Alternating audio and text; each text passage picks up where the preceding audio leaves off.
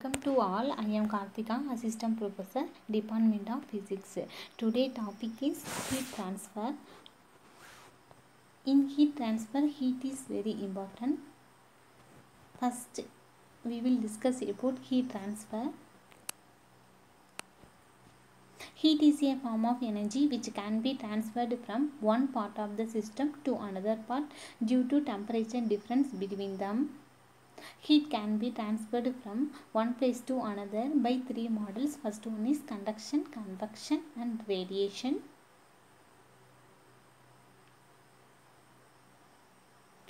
First one is conduction. It is a mode of transfer of heat energy from one part of a body to another part at lower temperature without actual motion of the molecules. Explanation: according to kinetic theory of the molecules of a solid are in state of oscillation about their fixed positions. When one end of a metal rod is heated, the molecules at heated end absorb energy. Therefore, they vibrate about their equilibrium position and interact with neighbor molecules. Thus, they transfer a part of other energy, neighbor molecules. These new molecules in turn transfer energy to other molecules and so on. Thus, heat energy is passed along the rod from molecule to molecule without changing their fixed positions. Conduction usually takes place in solids, particularly copper, silver. Gases are poor conductors and liquids have conductivities intermediate between solids and gases. Mercury, being a liquid metal, is a good conductor. Next one is thermal conductivity. Thermal conductivity of a solid is a measure of the ability of the solid to conduct heat through it. Consider a metallic bar of length L and uniform cross section A of its two ends in the thermal conduct with large reservoir at temperature Tc and Dt. C greater than Dt. Heat is conducted through the bar from hot end to the cold end of bar. After some time, a steady state is reached. The temperature of bar decreases uniformly with the distance of the reservoir at C supplies heat at constant rate to the bar and is giving out at same steady to reservoir at D. During steady state, the rate of flow of heat H is directly proportional to A, area of cross section. H is directly proportional to dC minus dt, that is temperature difference. H is inversely proportional to L, that is length of bar. H is equal to Ka into dC minus dt divided by L. A into dC minus dt divided by L is called temperature gradient. K is called the coefficient of thermal conductivity of material of bar. K is equal to H divided by A into dC minus dt divided by L. If A equal to 1, that is equal to dC minus dt divided by L equal to 1.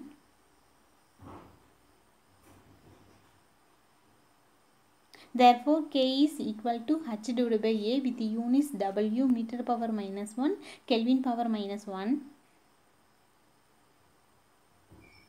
Coefficient of thermal conductivity of material is equal to rate of flow of heat per unit area per unit temperature of gradient across the material. The value of K depends on nature of material of the solid. The value of K is large in case of good conductor and is small in case of good insulators. Next one is convection.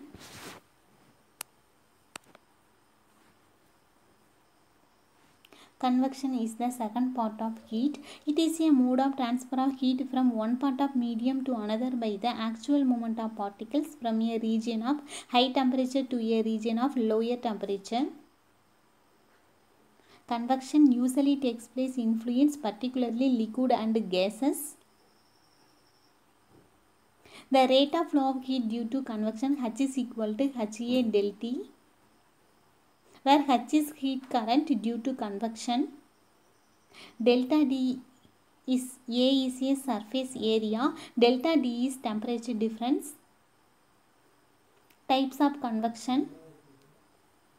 First one is natural convection. If a fluid when heated flows due to different in density, then it is called natural convection. In this convection, gravity plays important role in the formation of convection currents. Example 1. When a liquid in container is heated, the liquid at the bottom gets heated, its density decreases and rises up at the same time. Denser cool liquid will move down. Thus, convection currents are set up in the liquid and the whole liquid is heated by actual movement of particles. Example 2. Sea breeze. Explanation. During the day, the ground heats up more quickly than water in sea because water has a greater specific heat. The air contact with the warm ground is heated by conduction. It expands and becomes lighter. As a result, the warm air rises up, resulting air currents, and cool air moves down to fill the space. This creates a sea breeze. In this way, thermal convection cycle is set up, which transfer heat away from land. At night, the ground loses its heat more quickly than seawater. Due to it, water surface is warmer at night than that of ground. As a result of it, the land freezes. Set up thermal convection cycle is reversed. Next one is forced convection. If the heated fluid is forced to move away, then it is called forced convection. Example, heating or cooling rooms by a mechanical pump plus circulation in the body. Next one is radiation. It is a mode of transmission of heat from one place to another without requiring any material medium. Heat from sun reaches to earth through the phenomenon of radiation. The heat energy transferred by radiation is called radiant energy. This energy is in the form of electromagnetic waves. The electromagnetic radiation emitted by a body by whichever of its temperature is called thermal or heat radiation, or otherwise infrared radiation. Radiations are not visible, but they produce the sensation of warmth. Heat radiation or thermal radiation can travel through vacuum with the speed of light. Next one is least disk. Least disk method is used to determine the thermal conductivity of poor conductor. Thermal conductivity is the property of a material that indicates its ability to conduct heat. This apparatus works under the principle that when heat is transferred by conduction through a unit cross-sectional area of material, then a temperature gradient exists perpendicular to the area that results in a steady state at a steady state heat temperature conducted through the bad conductor is equal to the heat recovered from the least disk. Here, aim is to determine the thermal conductivity of a bad conductor. Apparatus, thermometers, steam generator, disc-shaped poor conductor glass, cardboard vernier caliper, screw gauge, stopwatch, and least disk apparatus consists of a metallic disc, shade resting on its a 5 cm deep hollow cylinder named steam chamber of the same diameter with inlet and outlet tubes for steam, both having radial holes for the thermometers. Procedure: arrange the least disk.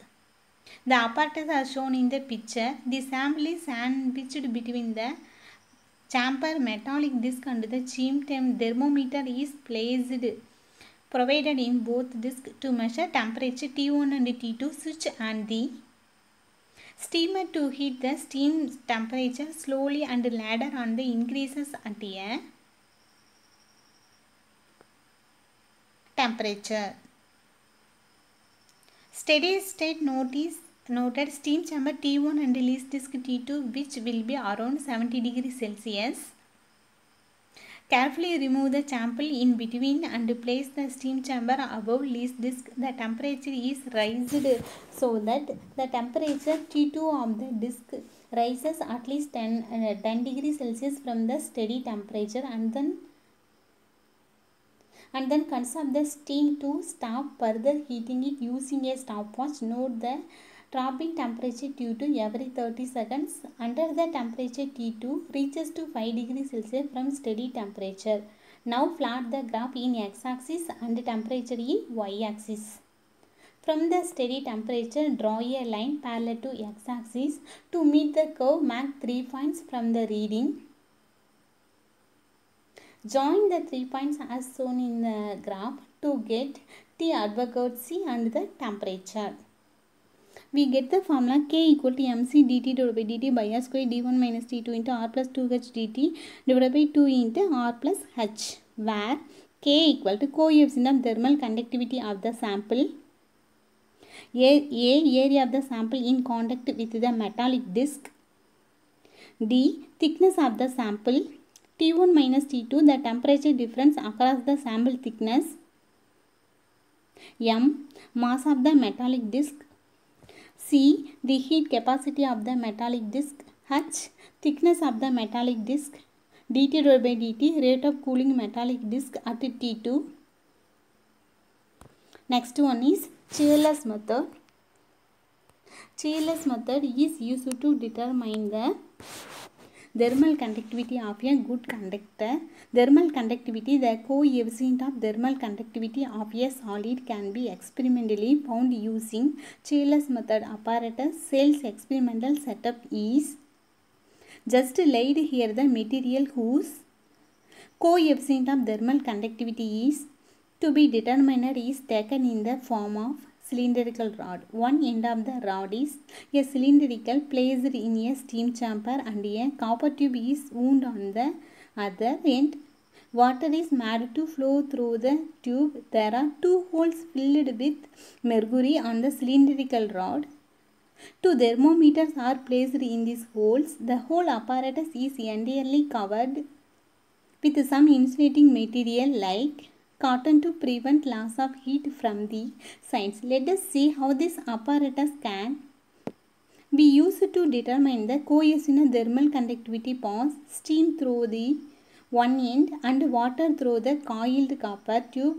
Record the temperatures of the incoming and outgoing water using the thermometers T3 and T4 at steady state. The heat supplied by the steam is equal to the heat absorbed by the circulating water, that is all the thermometers. So fixed about temperatures. Let M be the mass of water flowing in time T seconds, knowing MC and the temperature. We can calculate the coefficient of thermal conductivity using the formula K is equal to MC into T3 minus T4 divided by T S into T1 minus D2 into T, where M is mass of water, K is coefficient of thermal conductivity, C specific heat capacity, D distance between the thermometers, S area of cross section of the rod.